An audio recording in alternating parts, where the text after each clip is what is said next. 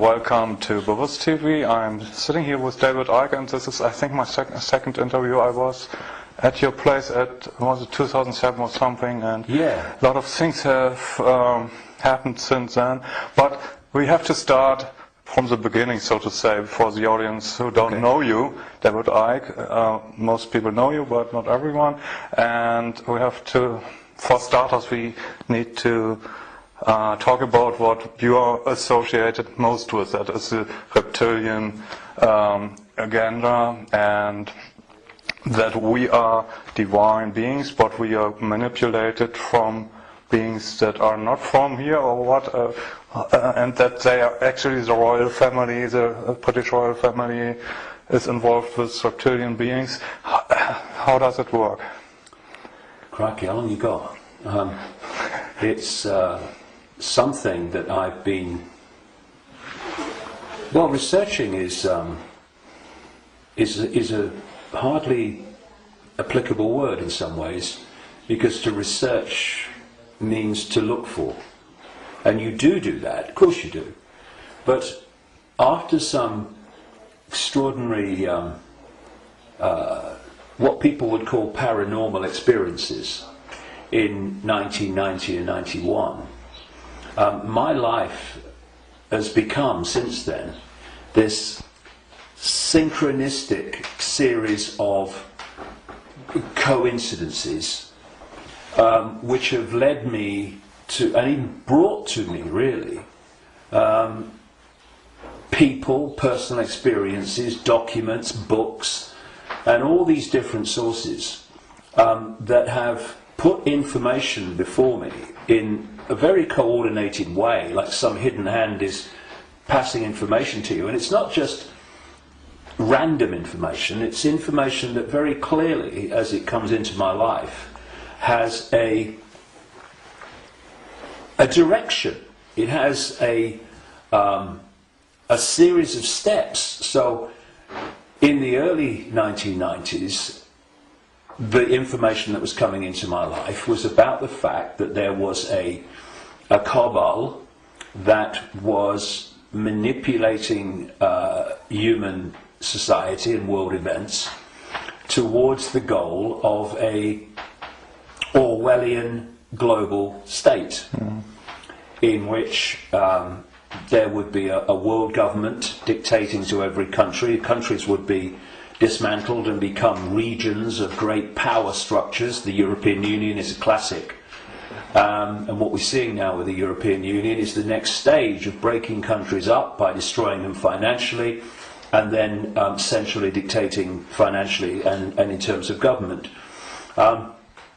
And that there was a plan for a global army to impose the will of the world government, a world central bank to impose the cabal's global financial structure and control, and that the plan was for every child at birth to be microchipped as a matter of course. Now that was kind of whoa enough as the information came, and of course with the passage of the years this has been confirmed more and more by the fact that it's happening. Then there was a phase in the mid to late 1990s when, while that other information continued, and has continued to this present day, another, if you like, parallel and connected series of synchronistic situations happened in my life which brought information to me, and this related to the fact that the network of families which go back to the ancient world that are behind this control system I've just described and its ambitions actually take a non-human form, a not just reptilian, though that seems to be the dominant one, but, and I moved on from that too and gone into other levels of it beyond that. But that there is a non-human force behind this attempt to lock down the world. And then from about 2002, 2003, right to the present day, all these continue, once they come into my life, these different areas, they continue together. That's why I work 12, 15 hours a day, keeping up with it. But This third phase, from about 2000, 2003, was the most important. Because without this, you can't really understand the rest. And that was about the nature of reality, the illusory nature of what we call physical reality, the fact that solidity is delusional, and that we live in a holographic, illusory physical reality, which is only one level of many multi-levels of this reality. It operates on a waveform level, vibrational level, it operates on an electrical level, it operates on a digital level, and it operates on the holographic level, which we in the conscious mind perceive as the world. And to appreciate that when I look through my eyes, another illusion funnily enough, which is why when people have near-death experiences, they leave the body and they're looking down on the body with the eyes, but they're still seeing. So, I mean, the scale of illusion in our so-called physical experience is extraordinary. I mean, and we've not got to the bottom of it yet. But it is that when I look through my eyes, shall we say, that people think that they're seeing everything there is to see in the space that I'm looking at. No, they're not.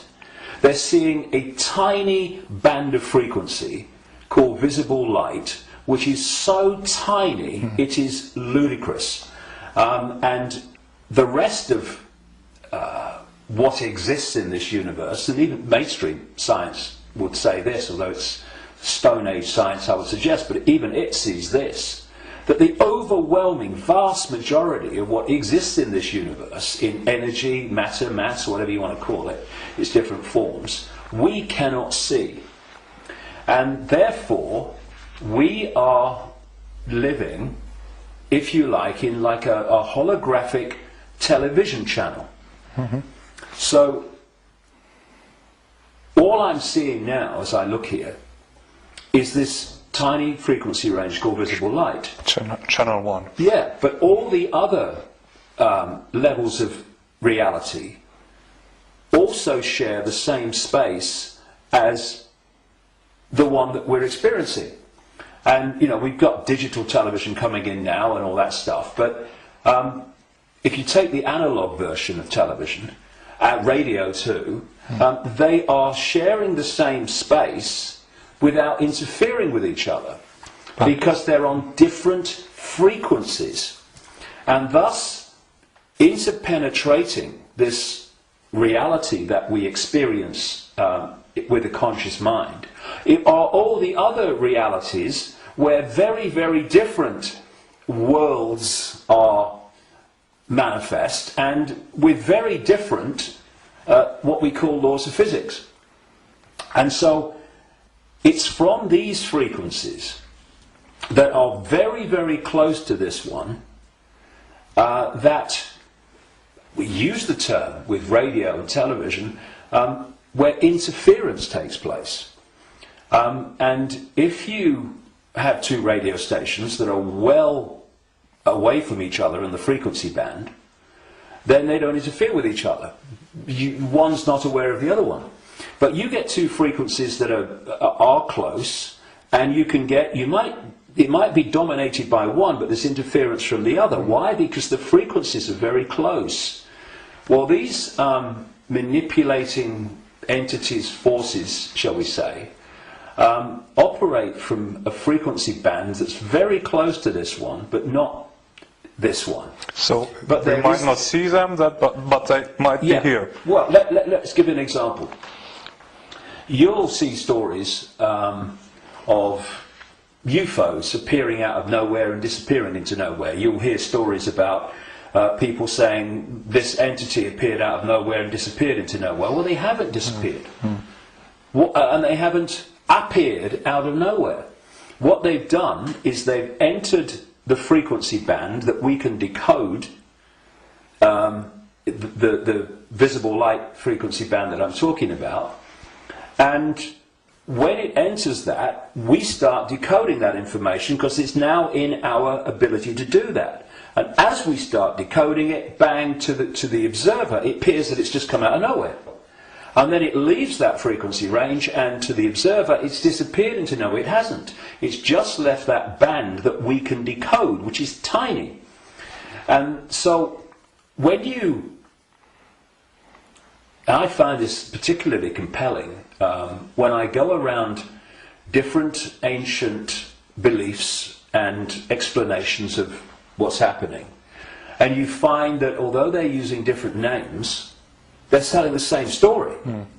For instance, there was a group of people, or shall we say a belief system, which goes back hundreds of years and has become known as Gnostic.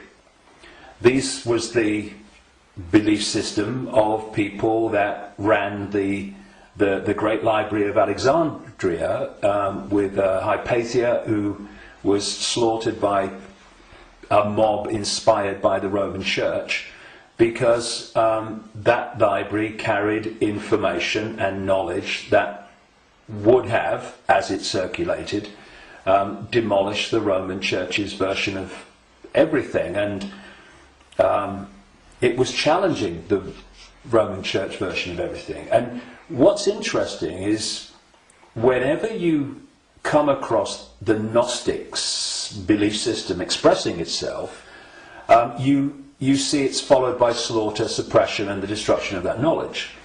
So the Cathars in southern France were Gnostics in terms of their belief system. We'll go into what that belief system is in a second. And so, again, in went the church, and all these people that kill for the church, and they destroyed the Cathars. It's, I think, 1244 was the last stand to the mountain fortress at Montségur in southern France, in the foothills of the Pyrenees. And again, it's not just we slaughter them, but we destroy their knowledge. But a fantastic thing happened in 1945 when a sealed jar of Gnostic writings, quite considerable writings, was found by a peasant in Egypt in 1945. And they describe much of the Gnostic belief system. Now, key in my interest, one of the things, of course, as a quick aside, they were telling a very different version of the Christian story. And we might get into that because it's relevant. But the key thing for me was that around a fifth of these texts were about a phenomenon they called the archons. And the archons, these Gnostics said, were a manipulative force that operated outside of human sight, that was basically, as we would call it, an energetic form rather than what we would call a physical form, though it could manifest as physical form through holographic projections and stuff. And these writings even talked in their own way about the illusory nature of this reality. And they talked about the archons were the, if you like, like cyborg, we would call it, troops of something they called the demiurge. And the demiurge is what Christians call the devil, and this negative force. And what these writings said is that this reality that we're experiencing was not created by some divine force. It was created by the demiurge and the archons, and it was a fake reality. And that they manipulated by accessing the human psyche and manipulating humans' perception of reality. And there was some very, very interesting things that they said about the archons. And one was that they lacked the ability to express the creative force. I would put it like this: if you gave them a blank sheet of paper and said create something like a reality, they couldn't do it. the Gnostic writings say is they're experts at taking something that already exists, like the reality before this hijack, as I would call it, the one we experience now, and twist it. Mm-hmm. They piggyback something already created and twist it. Something else, they said the Archons did. And, you're going back to something that's been estimated, I think, around 400 AD, these writings were buried. Mm-hmm. And that is that the Archons parasite off everything. They parasite off human society in many, many different forms. And I read this stuff, and I'm going, whoa! This is my own books over the years, found in a jar in Egypt. Right. Not all the detail of my books, but the basic themes, because it fitted totally. And then you go to the Islamic belief. And not just the Islamic belief, because this came from pre-Islamic Arabia originally.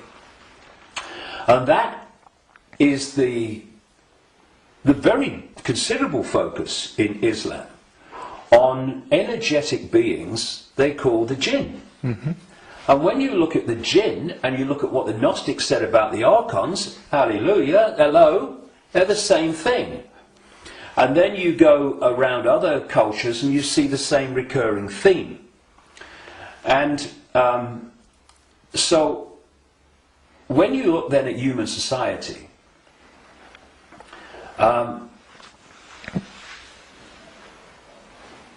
who creates? What is the creative force within human society? Humans. Should be. Mm-hmm. What do these families that I've been exposing all these years, what do? They piggyback off that creative force and manipulate it and direct it in a way that suits them. What do these network of families also do? They parasite off human effort, human labour, human energy, human creativity. The banking system, I rest my case. What is the global banking system except a structure totally focused on parasiting the energy and off the efforts of the human population? What is taxation in the way that it is today? It is parasiting of human efforts and human creativity. So, what I also found interesting is that the Archons are described as we would say, like cyborgs. They almost like, they're computer-like. Mm-hmm. And they serve this force they call the demiurge. Well, I've been talking about these reptilian entities that operate outside human sight but can come in, and the Archons can, but they can't stay for long because of the frequency difference. They can come in for a while, but it takes so much energy to stay in our reality because it's not their natural frequency band that they can't stay for long. And what they've done, just a quick aside before I continue that thing about the reptilians, what they've done is they have created a network of bloodline families going way back to the ancient world, which represent their interests with invisible light because they can't come here and stay for very long. So these families, where their outer human form, if you like, is operating within the frequency band of visible light, they are the Archon representatives within human society. And this is why you get this network of families that sit on top of the banking system, the transnational corporation network, the media ownership level, top of science, top of the education system, top of the military, top of the global intelligence network. These are these families representing what the Gnostics call the Archons. And I was just going to say a few minutes ago, when you look at how these Archons are described, they're just like the reptilians that I've been writing about for years, in terms of their computer-like structured to the point of obsession society, which absolutely knows its hierarchical place. Every level knows its hierarchical place in it. And it's very robot-like and computer-like. It's not a flowing creative force. It's very structured. Boom, boom. And that's how the archons are described. They have no compassion, no Yes. I mean, empathy. the only one time I've taken psychoactive drugs in my life was in 2003 in a rainforest in Brazil, when I took a rainforest potion called ayahuasca. And I went into, I had an amazing time. Some people had a bad time on it. And for 5 hours, this voice, so strong when I went into an altered state of perception, talked to me so loudly and so powerful about the illusory nature of reality for 5 hours. And when I came back, and because I had instant memory of all of it, when I came back and checked it all out, you could see very quickly that mainstream science, in all its different disciplines, has shown that what I was told that night is true, but because the disciplines are kept apart and are war with each other for funding and precedence, that the dots never get put together, because they're not meant to. We're not supposed to know what reality we are experiencing. It gives us too much power once we know. And this voice said to me at one point, about when it's talking about the computer-like nature of these manipulators, if you programmed a computer to abuse a child, would the computer have any problem with it? No. Why? Because it would just decode the data and act in line with the data, the software program. And this reptilian force is very much like that. Very structured, very predictable. And interestingly, because most people don't realise this, but one of the most important parts of the human brain in terms of human behaviour and response and reaction to situations is called the reptilian brain, or the R complex. And when you look at the traits of the reptilian brain within the human brain, of course other parts of the brain balance that out, or should do, but when you have more reptilian genetics, those traits of the reptilian brain are obviously more extreme and more pronounced. And one of this is mainstream science, one of the key traits of the reptilian brain is obsessive ritualistic behaviour. And what is ritualistic behaviour? It's following the same pattern, day after day, week after week, repeating repetitious behaviour. Now, this is robotic. And so you've got the reptilians described in those terms, the archons described in those terms, etc. And these forces are different expressions and names for the same thing. Now, one of the manifestations of this network of bloodlines that represent this archonic reptilian force within human society is the royal families going back to the ancient world, and the aristocratic families that surround them. Why? Because where did the idea that certain bloodlines should be king or queen of a people, and you have this hierarchy, because this is the other thing about reptilian genetics and the reptilian brain, it's obsessed with hierarchical structures of power. Look at our world. Look at the royal families and the aristocracy. It's absolutely rigid with hierarchy.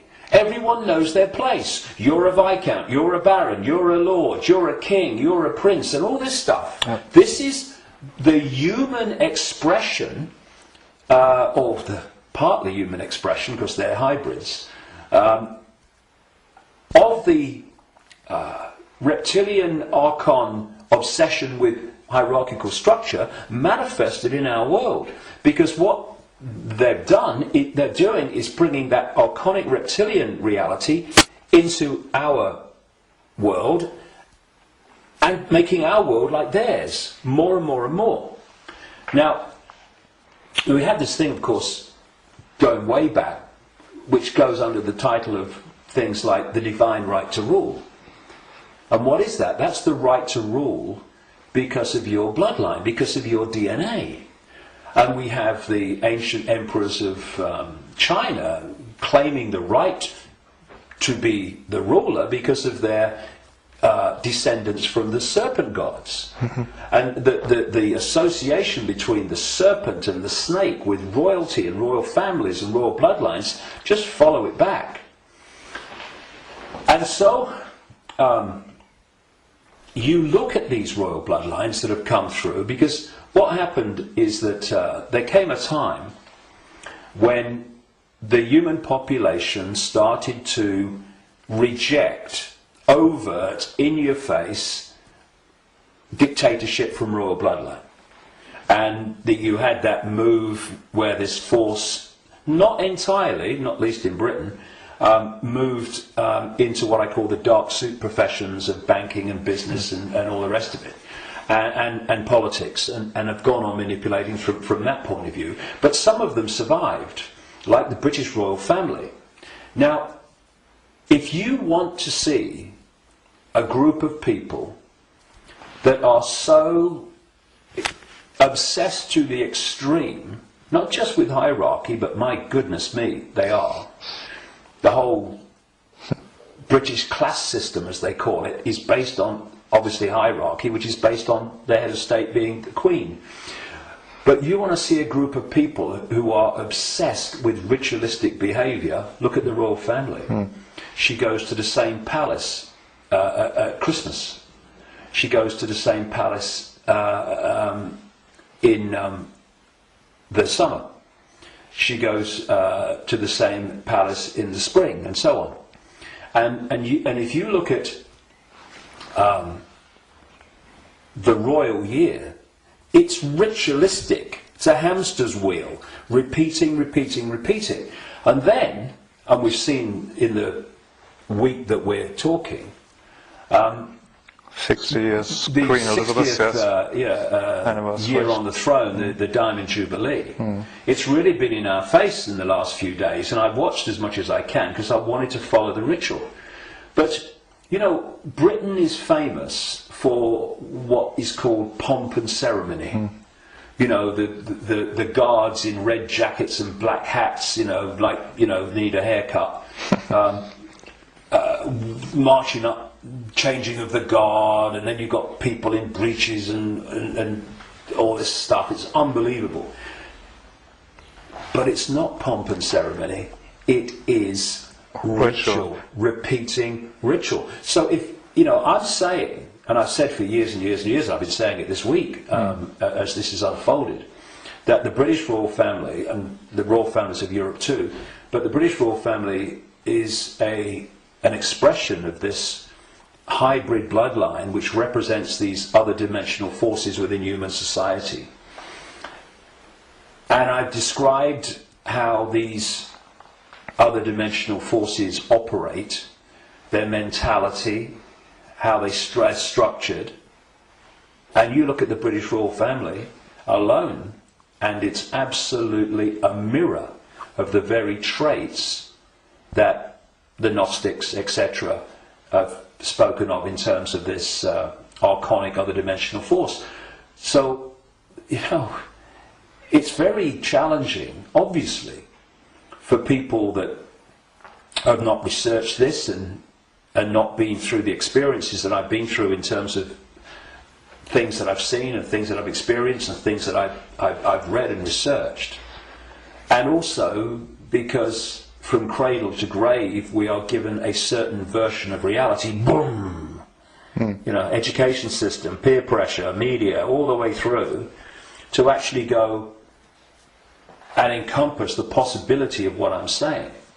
But you know, it's like Gandhi said, even if you're only a minority of one, and I'm not anymore, far from it, but even if you're in a minority of one, the truth is still the truth. And it's not, it doesn't become an untruth because people can't find the capacity to see it's possible. It's just, you know, people say, that's impossible, that can't be done, that's crazy. But what are they doing? They're just looking at something from a certain point of observation. And if their point of observation has been just to take in the programming that's imposed upon us from the first moment we become conscious in this reality, then they'll see it in a certain way and they'll say, that's crazy. But if you spend 22 years researching it, you're looking at it from a completely different point of observation, and to you, it's blatantly bloody obvious.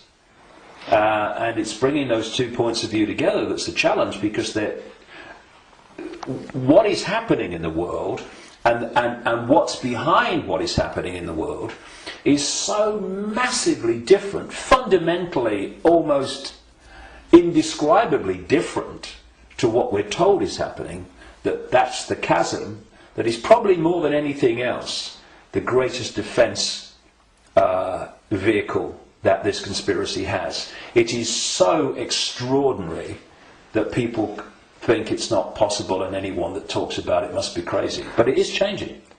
All right. On the other hand, I just wanted to ask that people waking up and people are coming to your lectures now to the thousands, and you have full halls, and you want to do a big event in the Wembley arena with probably thousands of people. So it's important, if you know all these things, that they're pretty frightening, that we are being manipulated for thousands of years. On the other hand, we are divine consciousness, you said, and we just have to change our perception. What can we do now that we know that we are being manipulated? How do we get out of it, and can we get out of it? Well, you have to go deep in the rabbit hole for this, and of course you're constantly going deeper or trying to go deeper, but see, there are many aspects to this. When again you scan the ancient world, including texts that came through to be things like Genesis and the Bible, there is another common theme, and that is that there was an interbreeding. I'm sure it was direct interbreeding, but interbreeding. There was genetic manipulation of the human form. And this is my view, after 22 years of researching this and the information coming to me. Before this force hijacked our reality, humans were very different, and it's so different. I won't call them humans, I'll call them earth people. And they were a heart-centered society, in the sense that, you know, we have this holographic body, and interpenetrating all the different levels of the human form, energetic and holographic, are vortexes that have become known as chakras, wheels of light, as they call them in Asia. Vortexes which interpenetrate these different energy fields. And it seems there are 7 basic ones, foundation ones, many others, but foundation ones, going up through the human form, and this one is the key, the heart. This vortex connects us to way out there, to far higher more expanded levels of awareness than anything else. And there's an organization in America, it's called the Institute of Heart Math, and they research the power of the heart. Heart math. Yeah. Sounds good. And they've been doing it for a long time now. They have found that the most powerful electromagnetic field in the body field of electromagnetic fields is the heart. There are more nerves going from the heart to the brain than coming the other way. Mm-hmm. And that when the heart energetic field is in what they call coherence, in other words, balance, and connects in coherence with the central nervous system and the brain, that trinity, if you like, when it comes into harmony, takes the person into a much higher level of awareness and consciousness. Mm-hmm. The key is the coherence of the heart field. Once you knock that out, you knock everything out, and what's left then as the arbiter and decider of reality? This. Now this is a great servant to this. Mm. It's not a great master when it's in control of our perception of reality. And there's another vortex in the belly which is about emotions. This is why when people feel nervous or frightened, they feel it in the belly. And you know, they need to go to the toilet. It's because the imbalance caused by the fear and nervousness in the chakra, the vortex linked to emotions, is affecting the balance or imbalancing in the same way the intestinal system and what have you. And what they've done to pull humanity into a low vibrational, brain dominated perception is they've moved the point where we interact with reality from the heart to the belly. They've done it genetically because, as I said in my last book, Remember Who You Are, I'm saying that on the level of human DNA that they call junk DNA, which is anything up to 98% non-coding DNA, they call it junk DNA because they don't know what it does. Well, some cutting-edge scientists, not least in Russia and some in America, are pointing out that actually within so-called junk or non-coding DNA is a language, and it's a very it's a language that you can see and you can uncover, and it operates very much like human language. It has many of very closely the traits of how human language is sequenced. This is how this language, as they call it, within so-called junk DNA is sequenced. And they're talking about the fact that the human language, which is what? Vibrational fields, that's what it is. We hear the words, but only when the brain decodes them. What's passing between me and you now is not the words and what people are hearing. What's passing between me and everybody is not words, it's a vibrational information field generated by my vocal cords. People are only hearing the words when they decode that information. So everything is vibrational waveform at its base, even language. DNA is waveform, like the body is waveform in its base state. And they're starting to uncover this language, and it fits absolutely my contention that part of this genetic manipulation was to put into junk DNA what I call biological software programs, and they are basically perception programs. So if you put a disk into a computer and the computer starts to read it, on the screen, the computer's symbolic perception is read from the disk.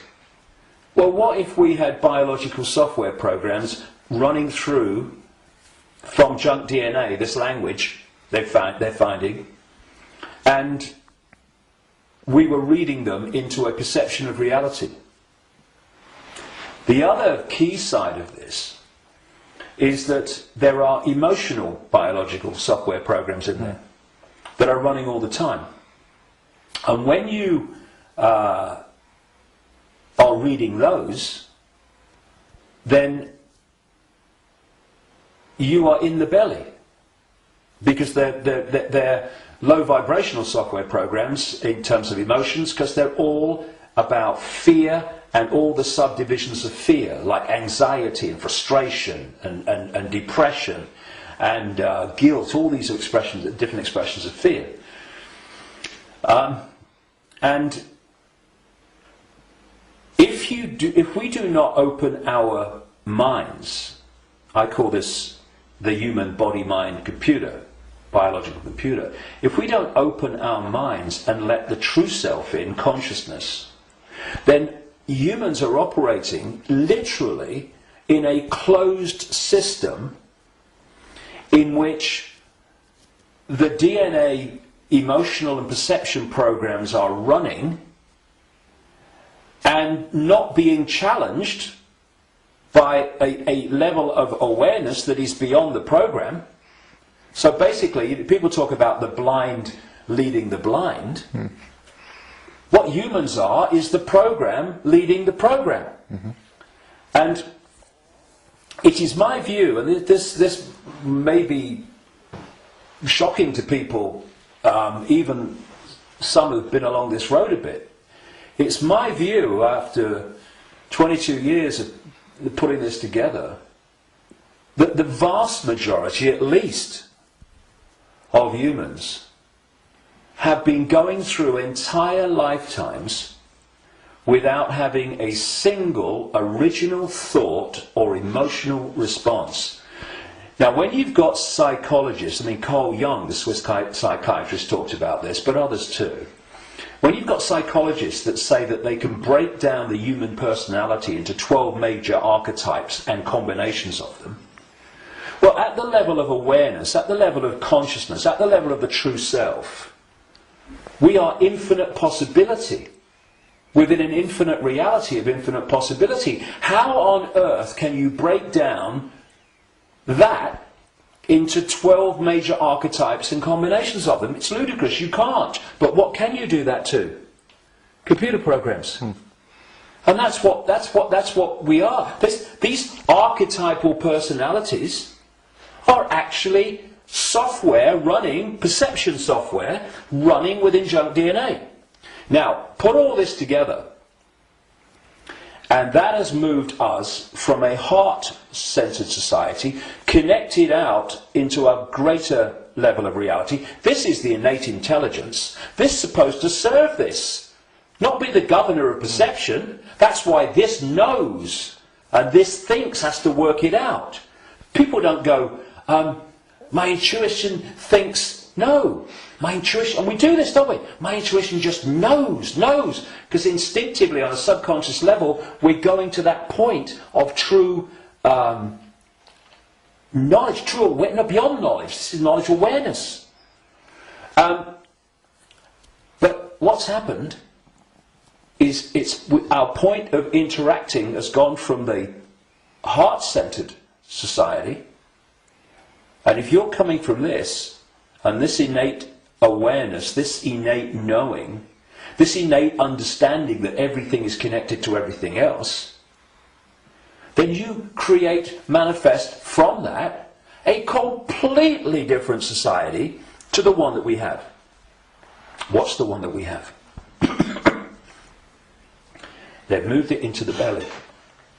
Humans now, gold. I've got a cough. It's not the cough that carries you off, it's the coughing that carries you off it.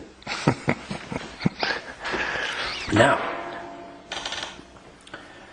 they've moved it into a belly society where does human response come from, overwhelmingly, to events that we face?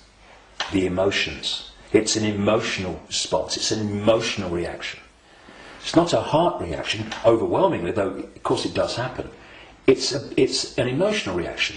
You know, this mass manipulation technique that I called a long time ago problem, reaction, solution, where they create the problem covertly, tell the people through an unquestioning mainstream media the version of the problem they want people to believe, and then they get the reaction from the people, do something, something must be done, and then they who have covertly created the problem got that reaction, do something, then at stage 3 openly offer the solution to the problems that they have created, which gives them the excuse to change society and advance the agenda that they're following.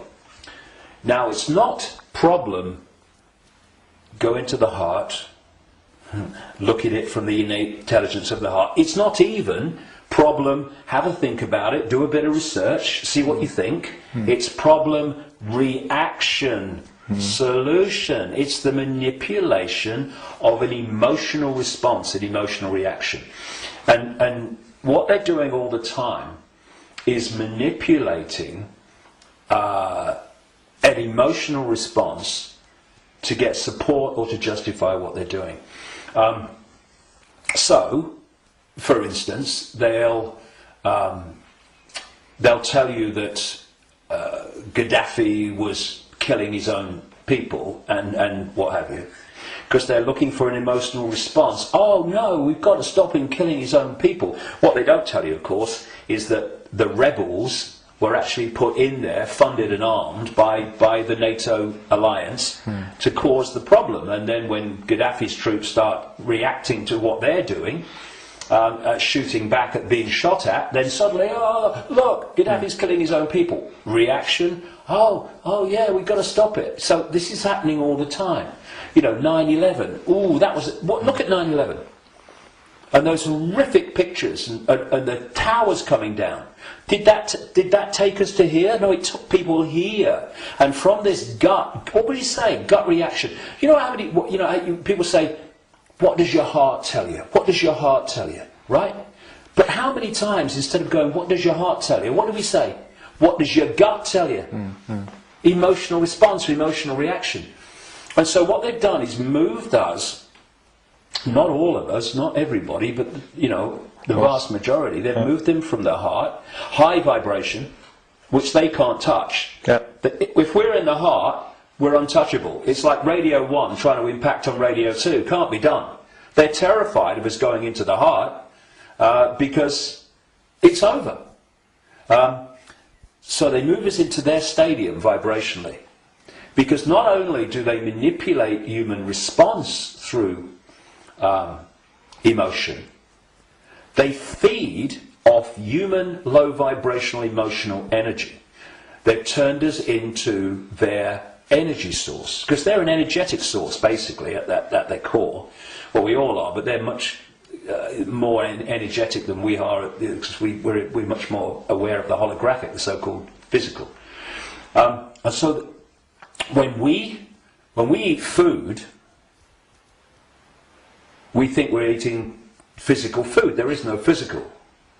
We're eating holographic food. But the foundation of that food, which we decode into some kind of illusory solidity, is actually a waveform information field. All that these entities do is they feed, they get their energy source, not from a sandwich and a cup of tea, but directly, energetically. They absorb energy in its waveform.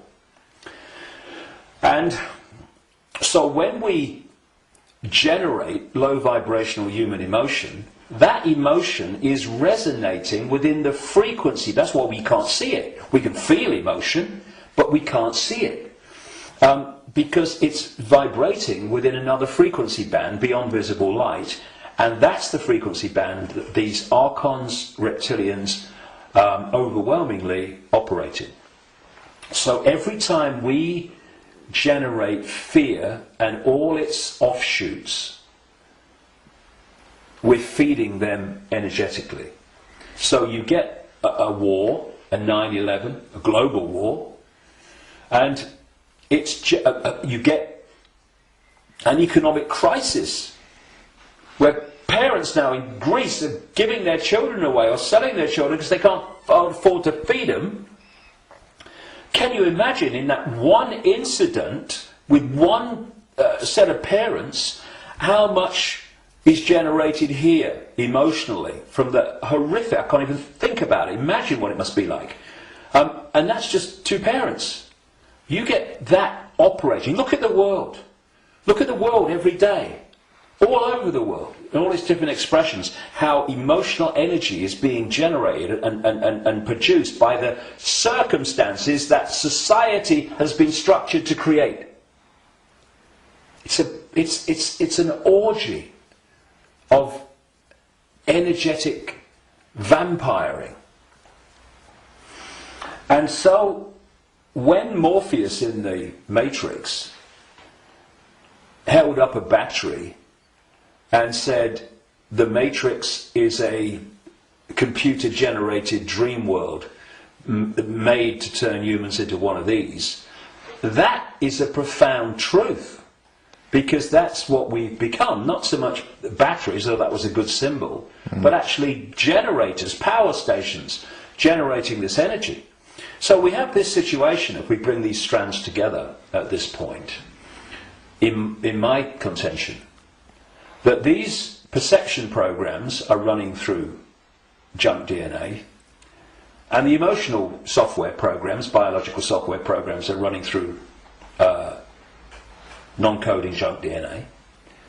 And as those programs are running, and as society is structured so that it generates situations, in computer terms, data, that trigger those programs and bring them to the surface where they're more impacting upon our behavior and responses, you are locking humanity into this closed system where the program programs the program, and you're also pulling people from the heart, high vibration, down into low vibrational belly emotional vortex, which is pulling humanity into the predator's vibrational stadium, and in doing so they are able to trawl and vampire the energy that emotional state and response is constantly generating. Now, I've talked for a long time from your question, what can we do? Because that background, I suggest, was fundamentally necessary. So what do we do? What can we do? It might sound trite and all the rest of it. I mean, because what we've got to do, of course, is we've got to stockpile weapons. We've got to create human armies to fight against them, and we've basically got to try to do all the things to them that they do to us, right? And where does that take us? First of all, it makes us them. And secondly, if we go down that road, will do what? Will produce more and more and more of this low vibrational emotional energy in the hatred and in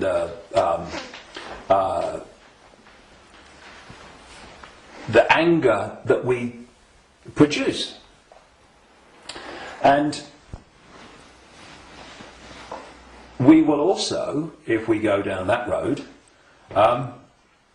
we will have symbolically weapons that manifest as a pop gun against state-of-the-art weaponry. So, although it's very macho and very, we've got to fight. I love Tony Blair once, he said, we've got to fight for peace. Sorry, can I just have some time to work that out in a darkened room, please? And it is something that, when you look at it, is very good for the macho we've got to fight him. But as a strategy of bringing this down, is doomed to failure and disaster. because it's playing the game they want us to play. And if you're in that macho mode and you think the whole spiritual side of things and stuff like that is namby-pamby, airy-fairy and a bit, soft, then what I'm going to say will make no sense. But if we are going to bring an end to something that has been created and perpetuated by something happening, then we can fight that something, or we can remove that something. And if you've got your finger in, a boiling pan of water, well, you can turn the gas off, or you can literally take your finger out. In other words, instead of finding a solution to the problem, turning the gas off, not really a solution, your finger's still in there, you remove the cause of the problem. The cause of your problem burning in the water is because your finger's in the frickin' water. So remove it. Done. And if you look at any situation that we want to change, you will always find that removing what has caused the problem is always far more effective than finding a solution to the problem that you've caused. And so, we have this control system, we have this constant and gathering, expanding imposition and dismantling of people's lives financially in all these different ways. And we can say the solution is to fight the system and get out on the streets and fight and all this stuff. Or we can say, what has caused this reality that we are experiencing? So why not remove the cause of the problem? And this is not about fighting.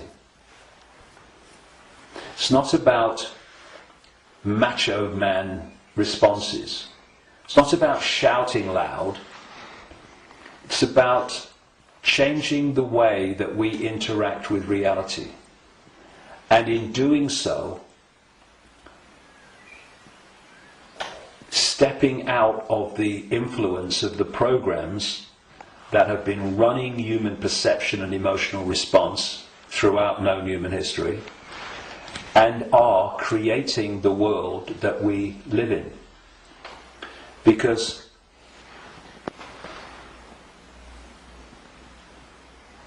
if I go back to what the Gnostics said about the archons, they have no creative energy. They can't make things happen. But we can. We can, yes. Which is bringing us to an interesting point. We can manifest. What this manipulative force has done has programmed humans to use that gift of manifestation to manifest what they want. And so, if we manifest from our perceptions of reality, then manipulate their perception of reality, and they'll manifest what you've manipulated them to perceive as reality. So, I see people challenging war and conflict when their own lives are full of conflict. Now, we live in a holographic reality at this conscious mind level, and there's a very unique and fascinating trait and characteristic of holograms and holographic reality. Every part of the whole is a smaller version of the whole.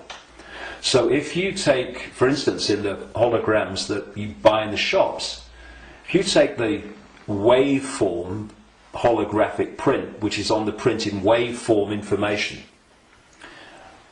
and you cut it in 4, and you fire the laser, which reads that information in effect and brings the 3-dimensional holographic image projecting from the waveform information on the photographic print. If you cut that into 4 and put a laser to each 4 pieces, you will not get a quarter of the whole picture. You'll get 4 quarter-size versions of the whole picture.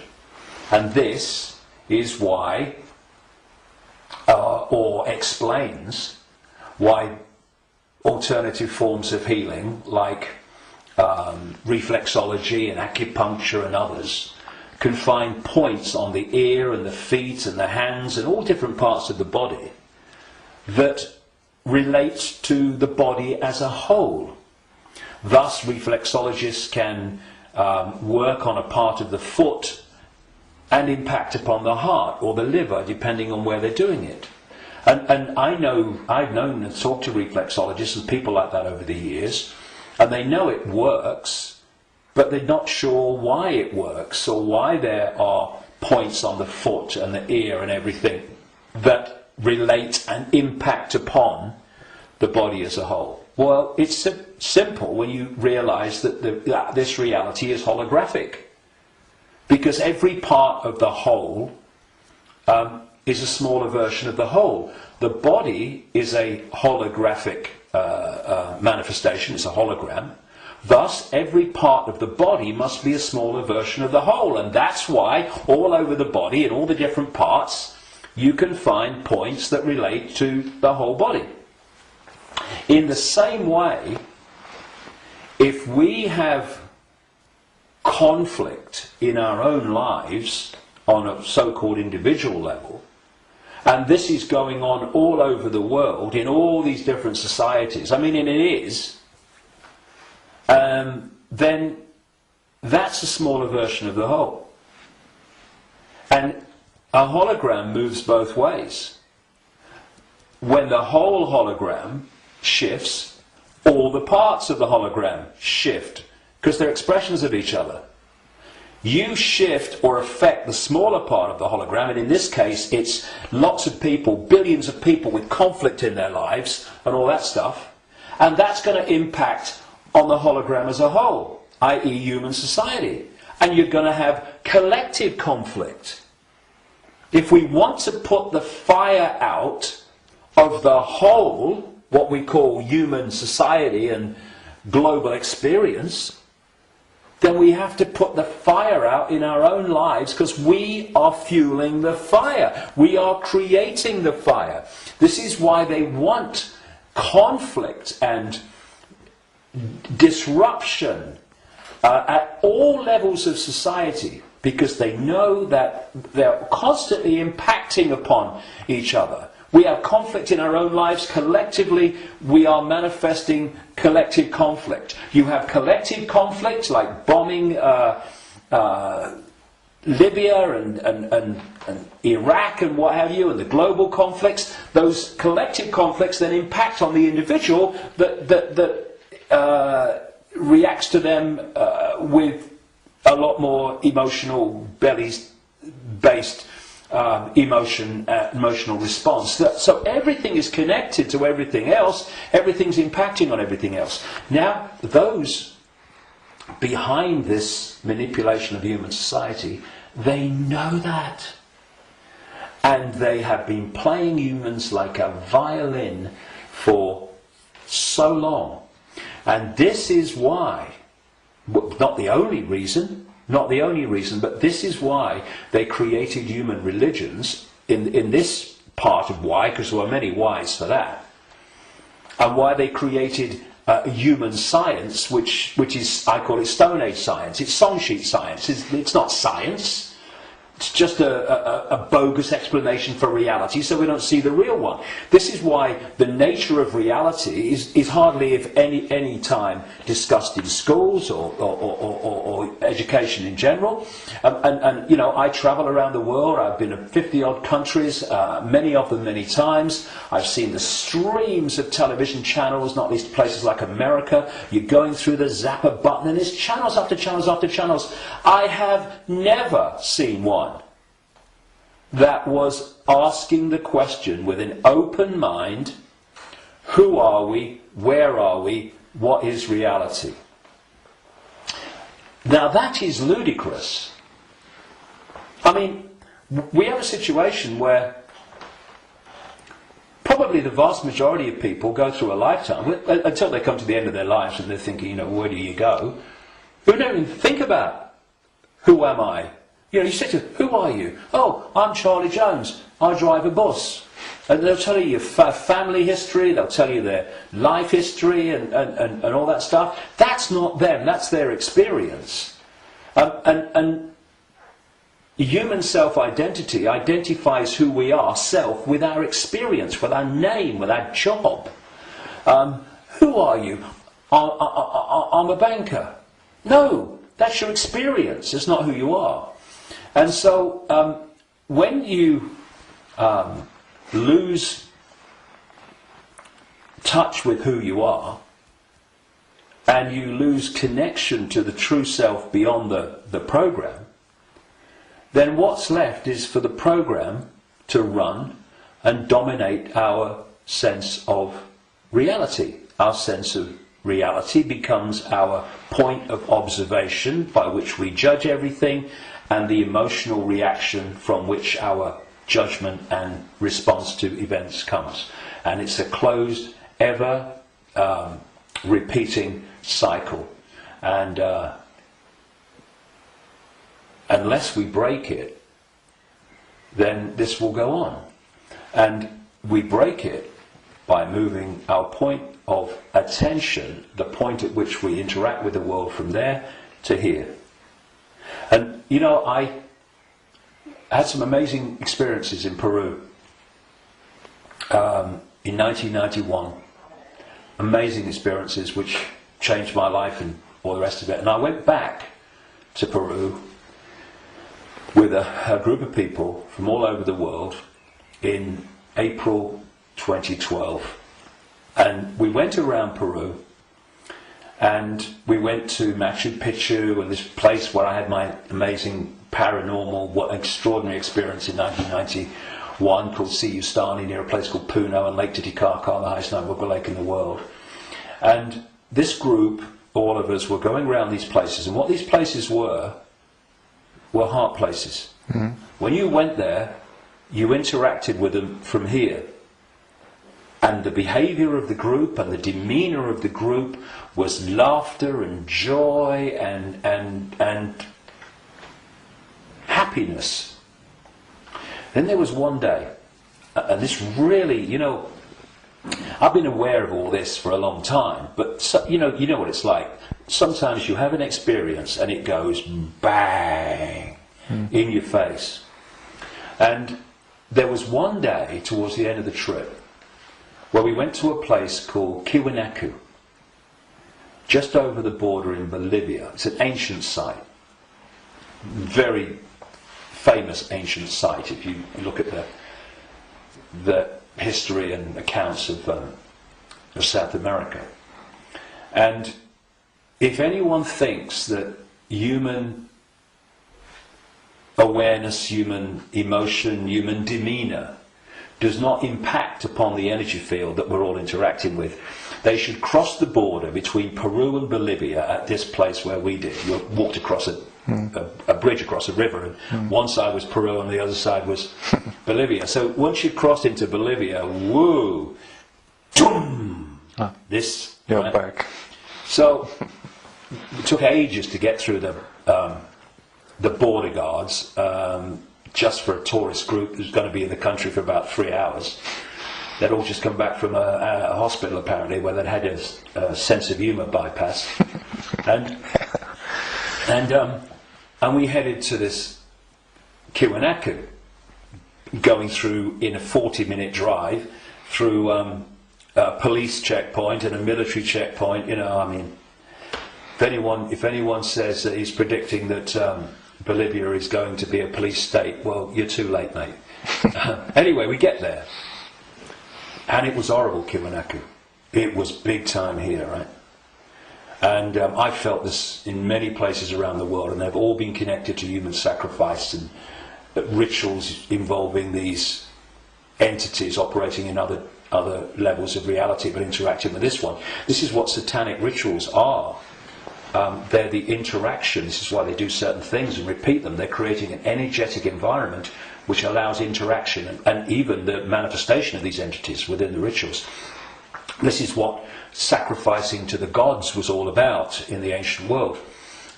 Because when you sacrifice someone, the people doing the sacrifice, they drink the blood and eat the flesh, which is what this whole Roman Catholic thing is really about. Drinking the blood of Jesus and eating the flesh, that's just a mild bloody cover for what goes on in the background. But on the other levels of reality, while this is going on, these entities, perceived as the gods, are feeding off the terror of the victim. Right? This is sacrifice to the gods. Anyway, we get to Icke, and it was that kind of energy. Ooh. But what I noticed was the demeanour of the group changed. People weren't happy. They were not in a good space. And there was this lovely guy, Mark, who's a lovely Irish guy. And the change in the behaviour of the group was so pronounced that on the way back, which we got back into Peru, where everyone started getting a bit happy again, I asked people if they wanted to go on the microphone on the bus and explain, you know, their experience. And Mark said, and Mark was a lovely, lovely guy, all laughing and dancing and all the rest of it, all the way through Peru. And he said, when I was at Icke, he said, I just wanted to shout abuse at anyone that got in my way when I was trying to take a picture. And I just felt so different. And I won't labour the point, but having, seen it and experienced it and seeing the response, you could see Peru, what a world that would be. And then Icke, the world that we have today. And we really got to move to here. And I would say to people, it's a challenge in this world, because virtually everything in this world is designed to push you here. So when you're responding from a belly emotional point of view, and you can do it with your mind, with your consciousness, you just move. It's moving your point of attention. That's what it is. You move your point of attention, and you move it here, and feel that point of attention here, not here, and you'll see the situation you face. I know, because I've done it myself, and I've talked to others about doing it, and they have, and they say, yes, it does work. You get to bring it to here. A situation that you're facing looks very different here to here, and vice versa.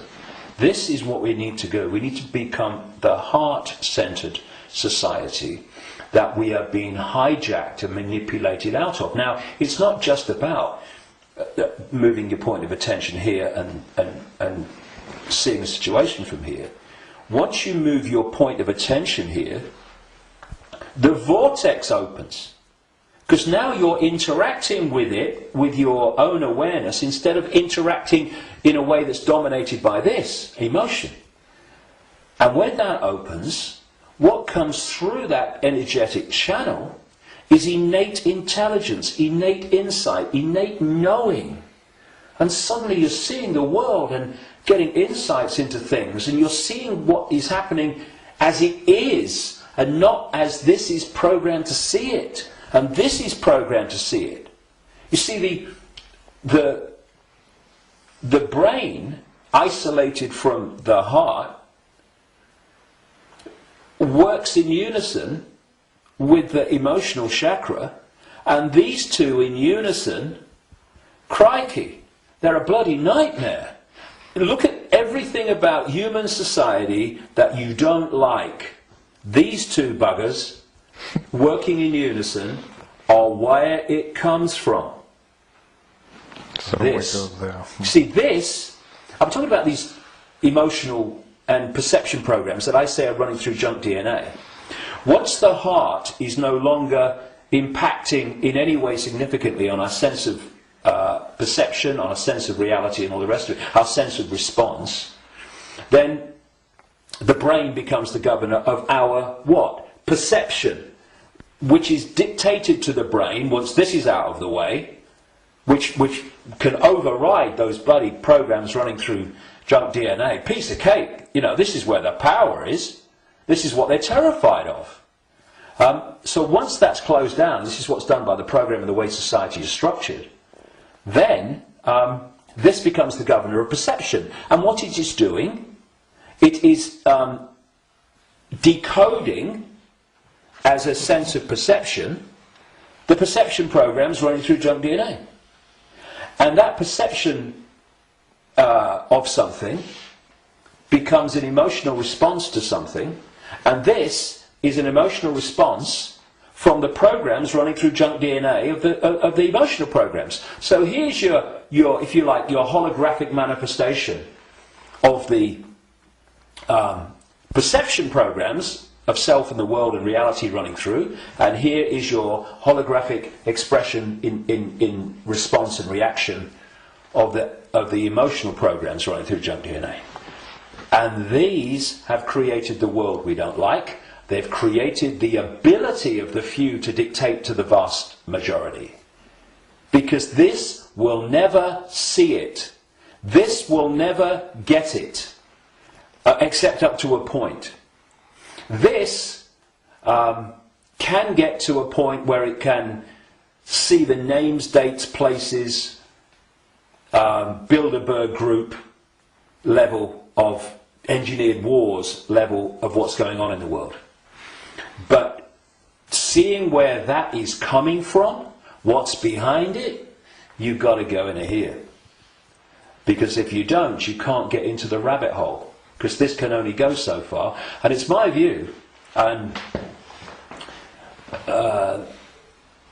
in my experience anyway, that if you are an expert in 9/11, in engineered wars, engineered banking scams, manipulated political nonsense, then you are still walking around the outer rim of the rabbit hole.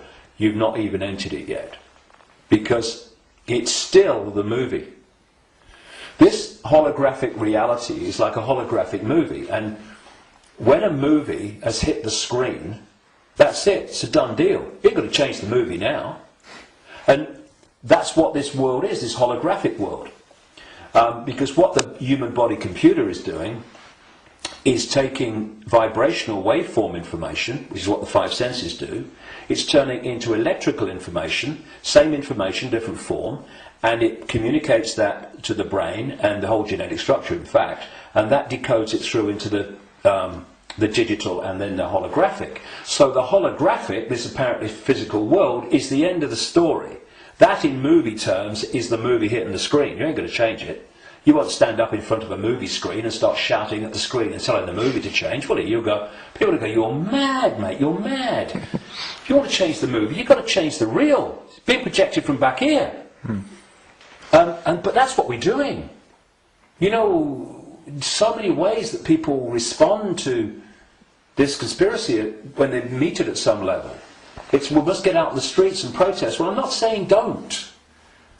But that's still trying to change the movie when the movie's hit the screen. If you come back and go deeper in the rabbit hole, and you understand where this movie's being projected from, which is from other frequency bands of reality through the Illuminati families and the Illuminati structure within visible light human society to become the movie we call human society, then you can go back to the point it's coming from, and therefore you can change what's coming. You can change the movie. And that's what we need to do. And to do that, you know, those that And I'm not knocking the 5 sense level of the conspiracy and communicating it, 9/11, manipulating. I'm doing it every day on my website. Books are full of it. We need to know that. But if we only do that, then basically we are seeing the outcome.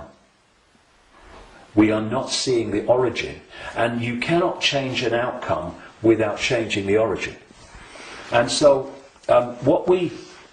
when I look at so much conspiracy research, good luck to them. You know, everybody that comes and does this, hallelujah to you. Good on you. But there comes a point where we know how the system works in the holographic world. I mean, what's left? Finding out what size shoes Henry Kissinger takes. Yes, on a daily basis as it unfolds, we need to, you know, keep with it. But, okay. But are we going to become recorders of our own enslavement? Oh, see, I told you they'd do this next. Look, they're doing it. If we do that, we've moved from not knowing that the prison's being built around us to seeing the prison being built around us. But there's a common theme between the two of them. The prison's being built around us. And that's fine if people want to do that only. I'm not saying don't do it, but to do it only and ignore where it's coming from, therefore the solution or the removing the cause of the problem. The people who only do that will record and record and record and record their own gathering enslavement and the enslavement of humanity until we wake up. Would you come with me, sir? I ain't waiting for that. We need to change where it's coming from. And for that, there are some major challenges for those in the conspiracy research arena who are dominated by a sense of patriotism and dominated by a sense of a religion. Because patriotism, in the sense of, I'm not saying don't, love your country and love your culture, nothing like that.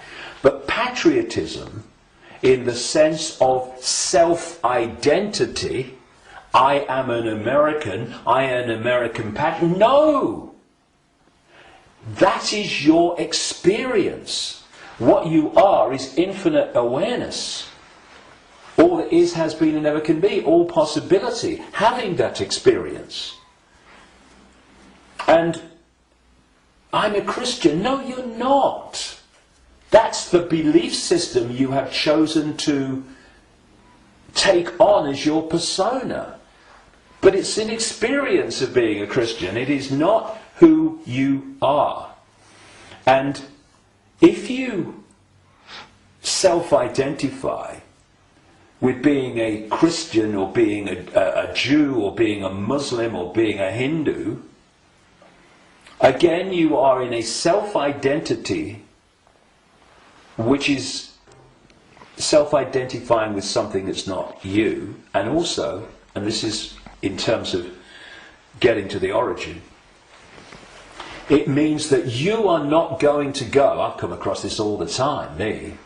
I mean, I'm the guy that people in mainstream society, they see conspiracy researchers of the 5 sense nature as extreme and crazy.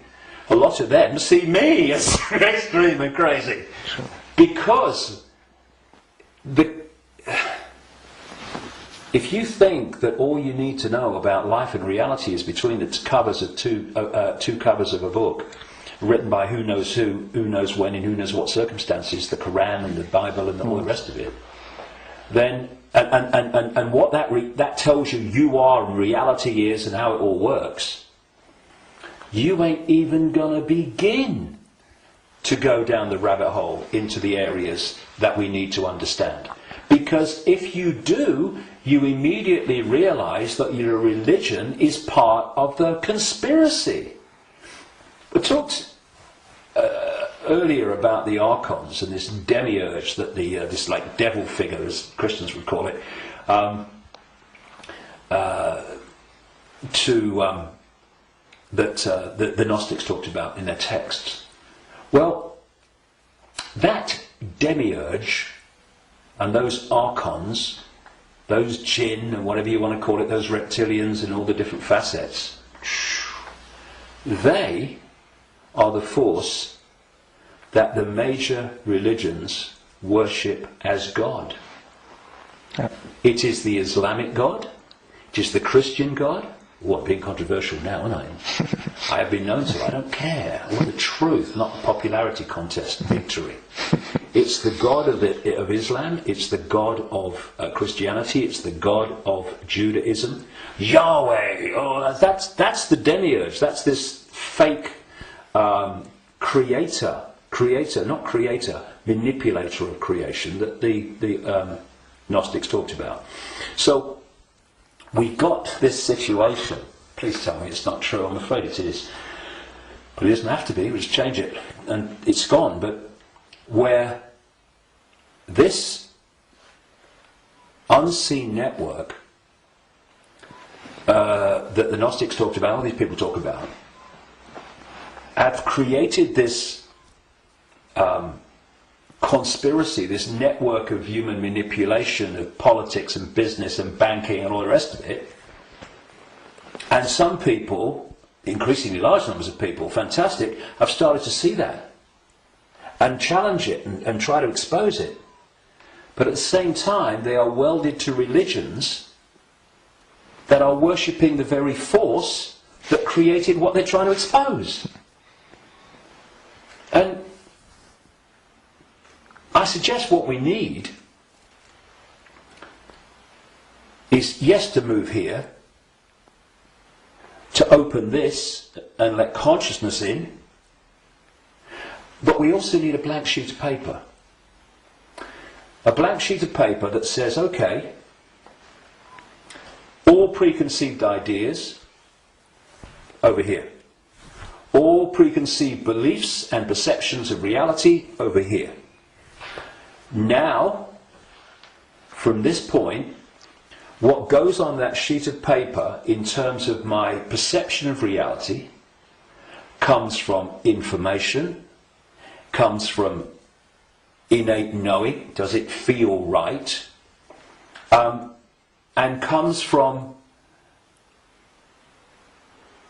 it standing up on the basis of credible information and intuitive knowing.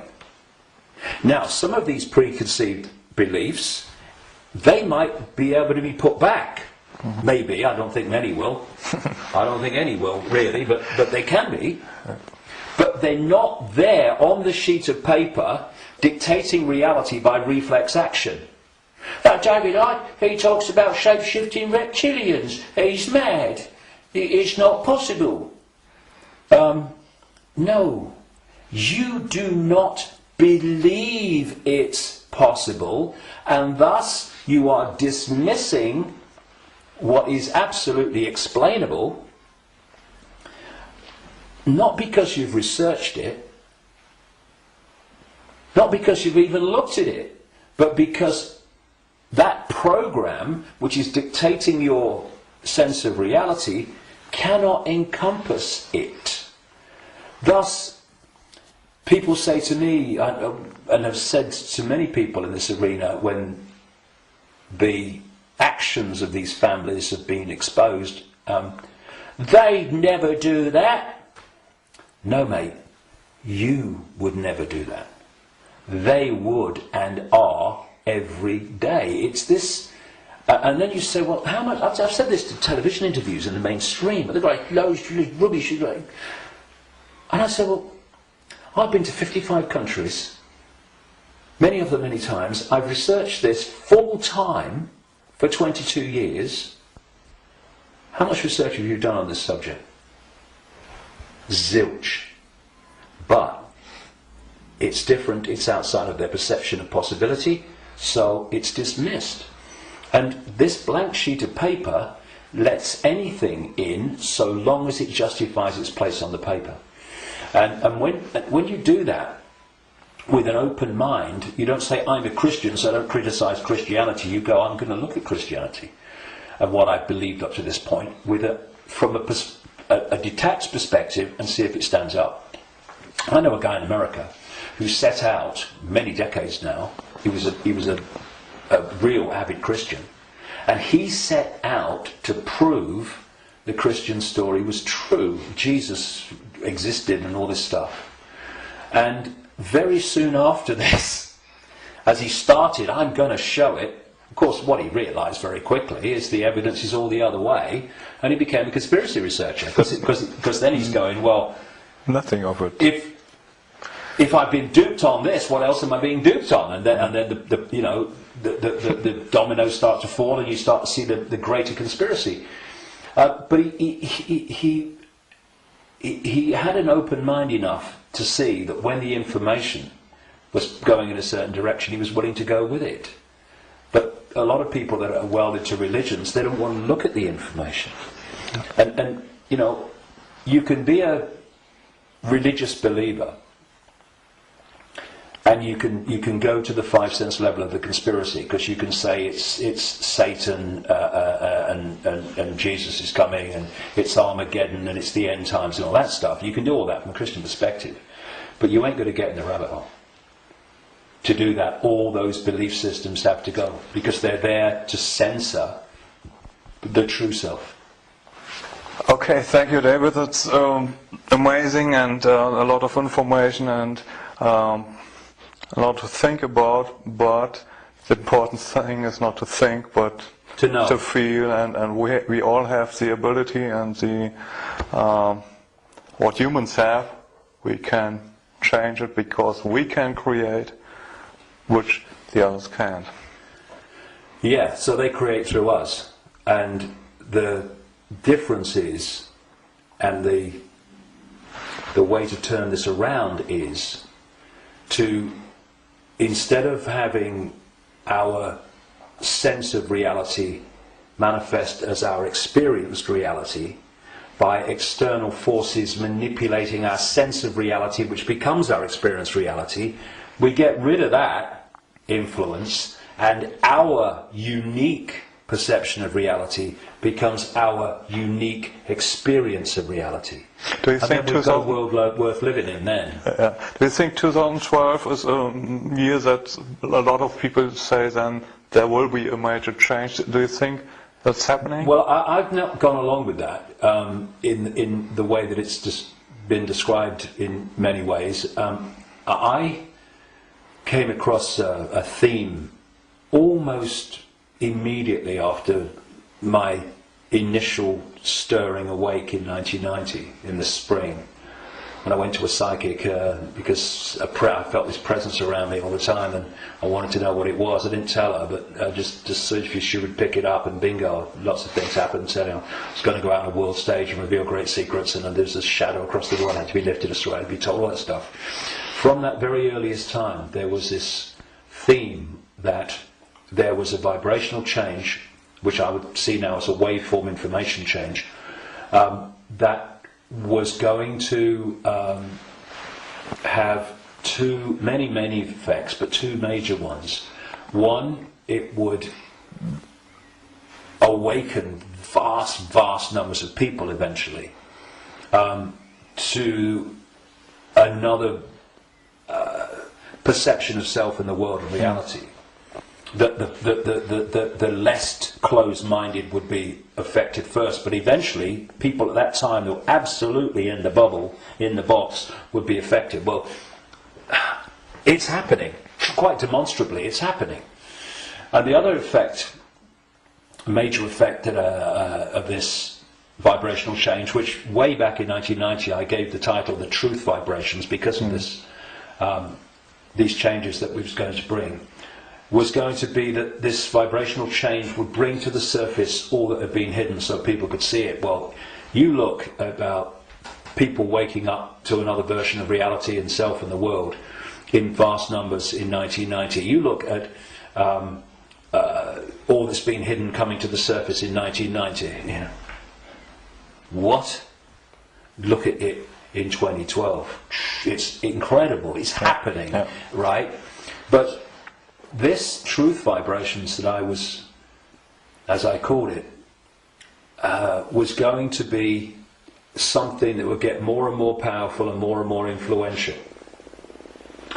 And the significance, a greater significance for me of 2012 is that it's not 2011, but it's not 2013 either. However, I think that what we are seeing in 2012, and we'll see more of in 2013, 14, 15, is that we are now reaching a point in this where it's starting to be tangible in its impact. You know, I'm seeing people now within the system, doctors, scientists, people like that, are starting to look and saying, it's all nonsense, isn't it, right? Now this is, so we've reached a point in 2012 where this is becoming more and more tangible. And I think by the end of the year it will be more tangible, you know, because this is an ongoing thing. And the focus on 2012 in a positive way about, you know, this is going to be the Great Awakening. And I don't think it's going to be the Great Awakening in 1 year, but that focus on it, people are focusing on the fact of awakening, and that's bound to impact upon people opening their minds. The negative part about it, of course, is this stuff about the end of the world and all that stuff, which brings, where does that take you? It takes you here. So I think that 2012 is significant in that way, but in 2013 we're going to see the impact even greater, 2014 even greater, and there's going to come a point where this information vibrational change is going to reach a tipping point where it's the dominating perception, and at that point the house of cards will come down. And one of the other themes in the last 22 years that I picked up from many different sources and stuff is that just when the control system appears to hold all the aces and has got everything in place, it's going to come down so fast it's going to be shocking. So for a little while longer, I mean, we're seeing it now, you know, President of the United States every day deciding who's going to be killed in a drone attack and all that stuff without any due process or anything like that. So we're moving, but at the same time this awakening is moving as well. And you know, the President and the control system and their agenda and their unfolding Orwellian state, although it's not called that, the facets of it as they unfold are all over the television news and they're in all the newspapers. So people can get the impression, understandably, that that's all going on. Oh my goodness me, look at this. What's not in the papers, what's not on the television, for obvious bloody reasons, is that this is this quiet, well, in terms of people like me, as loud as I can bloody be, awakening, but a quiet awakening with most people is gathering and it's growing. And it will eventually be like a tidal wave of change and bring an end to this bloody nonsense, because the power that is used to enslave and manipulate us is merely the power we give away every day. When we stop doing that, there's a very high, loud bang and the house of cards comes down. But so that's the revolution. The revolution is not stockpiling weapons and hurling abuse and all this stuff. The revolution is remembering who we really are and the power to dictate our own reality collectively and individually that memory brings. That's the revolution, remembering who we are. That's why I call this big event at Wembley, Remember Who You Are. It's the key to everything. If we don't remember who we truly are, infinite consciousness having an experience, nothing's going to change. And but we are, and so it is. That's changing. we can see it, and you're part of it, and we are part of it, and I thank you for what you do. Well, thanks. And anyone can be part of it. It's just a choice. Right. Thank you, David. Cheers, mate. Thank you. Thanks a lot.